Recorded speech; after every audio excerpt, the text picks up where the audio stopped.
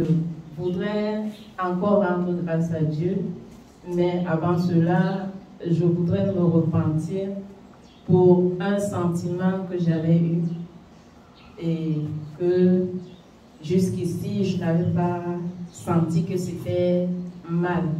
C'était un mépris, une moquerie à ce que l'homme de Dieu m'avait dit. Quand je l'ai rencontré quelque temps après, je lui ai dit, mon fils souffre de rhumatisme articulaire aigu. Il ne peut pas marcher sur une longue distance. Il a les os qui craquent comme pour un vieillard. Il a de la peine, on parle de rhumatisme. Ses os ne vont pas bien et ça m'inquiète parce que de temps en temps, c'est comme si il perd du liquide dans ses articulations. Alors, le feu Père m'a dit, ma fille, la parole de Dieu est vivante. Elle m'a donné un passage de lire où il était écrit, la parole de Dieu est la santé pour vos os. J'ai dit, qu'est-ce que je dois faire? Elle me dit, la parole de Dieu. Il me dit, la parole de Dieu est la santé pour les os. Ma fille, expérimente la parole de Dieu et tu rendras témoignage. Alors, sortant de la religion, j'ai dit, je vais voir quelque chose avec les gens ici. J'ai dit que mon fils a mal aux os. Il me dit que la parole de Dieu, c'est la santé pour les os. Il ne prie même pas, il ne demande même pas à voir l'enfant, à le toucher, à imposer les mains. L'autre ici, c'est quoi? Bon, je l'ai dit, mais quelque temps après, il y avait une force qui m'a amené à le faire. Parce que avant ça, on n'était pas vraiment plein dans la parole. C'était des récits préétablis par d'autres personnes qu'on récitait le soir, croyant que c'était la délivrance, faisant des doctrines diverses et étrangères qui n'avaient rien avec la parole de Dieu. Et là, le feu Père m'interpellait dans la parole. On a commencé et j'ai cherché de façon à ce que lui-même puisse, parce que je sentais que je n'avais pas la capacité d'exhorter. Venant dans la religion, les enfants avaient d'autres enseignements. Il fallait avoir une certaine capacité pour passer le message comme Dieu le veut. Alors, j'ai commencé à chercher comment est-ce qu'on peut le faire par téléphone, sur ordinateur, ainsi de suite. Je bénis Dieu qui a permis qu'on m'a conseillé, je crois que c'était le frère Célestin qui m'a conseillé, qui a un cap, qui peut faire ce dont j'ai besoin. Je bénis Dieu parce que tous les soirs, c'était comme si l'église était dans ma maison. Le Père nous exhortait, c'était dans la parole. Passage sur passage. Après 3 mois, mon fils n'avait plus de douleur et il n'y avait plus à aller faire des examens sur le rhumatisme. Et je bénis Dieu et je lui demande pardon parce que j'avais ri au départ, mais il a usé de pitié et de miséricorde. Il s'est glorifié et à travers la parole de Dieu, mon fils a reçu la guérison pour ses rhumatismes articulaires sans la main d'un homme. Si oui, le conseil de son serviteur. Amen. Amen. Je bénis encore le Seigneur pour la puissance de sa parole dans ma maison. Ça n'a pas été facile d'expérimenter la guérison par la foi, la guérison par la parole de Dieu. On venait de la religion où on faisait des nuits de délivrance, les nuits de prière, des neuvaines, des rosaires, des ceci, des cela, sans toutefois avoir la guérison vraiment. Ça quittait le pied gauche, ça allait sur le pied droit, ça quittait le pied droit, ça allait sur la tête. Et c'était un cercle vicieux. C'était jamais le repos tel que c'est écrit dans la parole de Dieu. Mais je bénis le Seigneur parce que il s'est manifesté d'une manière tellement puissante dans sa parole avec mes enfants. Parce que je me sentais pas capable, je me sentais sans connaissance, je me sentais pas affermie. Alors le Seigneur a commencé par se manifester par ma dernière fille.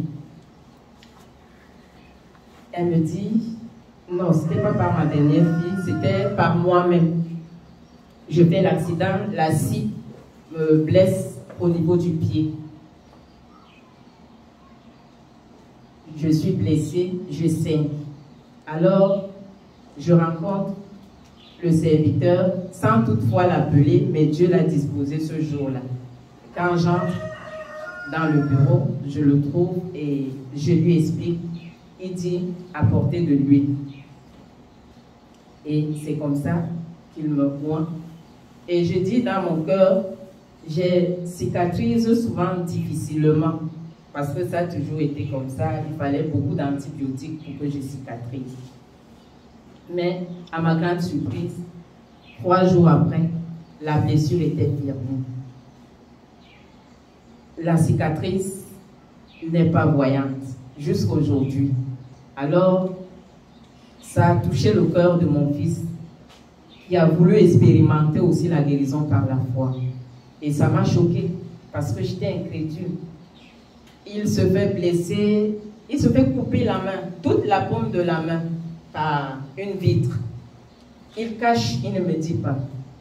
3 jours après, je vois sa main qui saigne. J'ai dit, mais qu'est-ce que tu as? Il me dit, tu penses que Jésus ne guérit que toi seul?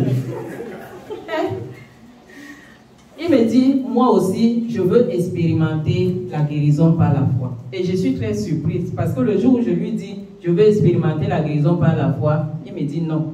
Les gens là, mes enfants me disent, les gens là, c'est ceux qui prennent des médicaments en cachet. Ils ne te disent pas, ne tentent même pas. Je leur dis, voilà, j'ai donné ma vie à Jésus pour la vérité et je vais faire tout, je m'engage à faire tout ce qui est écrit dans la parole de Dieu, sans rien laisser. Et voilà ce que je vous dis. Quel que soit ce qui m'arrive, demandez-moi que maman, Jésus a dit que quoi? Que personne ne me touche sans m'avoir demandé que maman, que dit ton Jésus? Il me dit jamais.